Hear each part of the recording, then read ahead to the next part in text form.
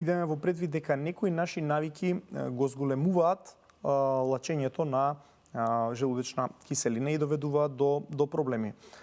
Таквите навики и не мора да се врзани со празничниот период. Може да дискутираме за внесување на кофеински пијалоци во поголема количина и особено на гладен стомак, кога иритацијата е поголема. Заради тоа и советуваме доручкувате па земете го на кафето. Или ситуации или две залчиња нека барем биде, нешто, да да. не е ништо на Не мора празен сега желудник, да не биде на празен желудник.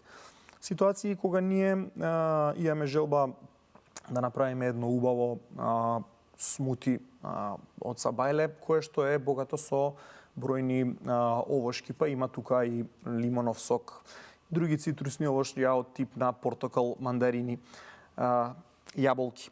Супер, здрава храна. Меѓутоа се е тоа нешто кое што има, ние велиме, висок киселински број со прехрамбено-фармацевска терминологија кажано.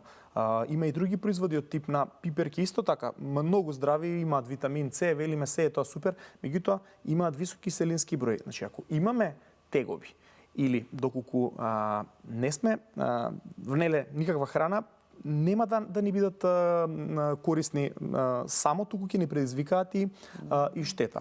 Затоа сите овие производи треба да се внесуваат, меѓутоа откако најдобро во текот на денот, не како прв оброк, бидејќи ќе ни предизвикаат проблеми со киселини во желудникот или влошување, екзасербација на некои присутни проблеми што ги имаме.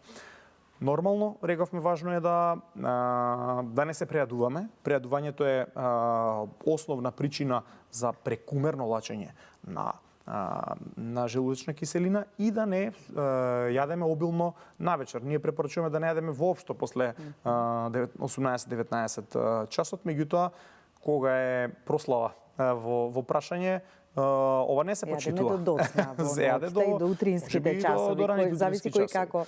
Да, кој што подразбира под прослава, па дури јадеме и на крајот во 3 часот, за да ги намалиме штетиве од алкохолниот внес. И намерно масна храна. Така да, се тоа ситуации кои што другото утро ќе ни предизвикаат сериозни нелагодности.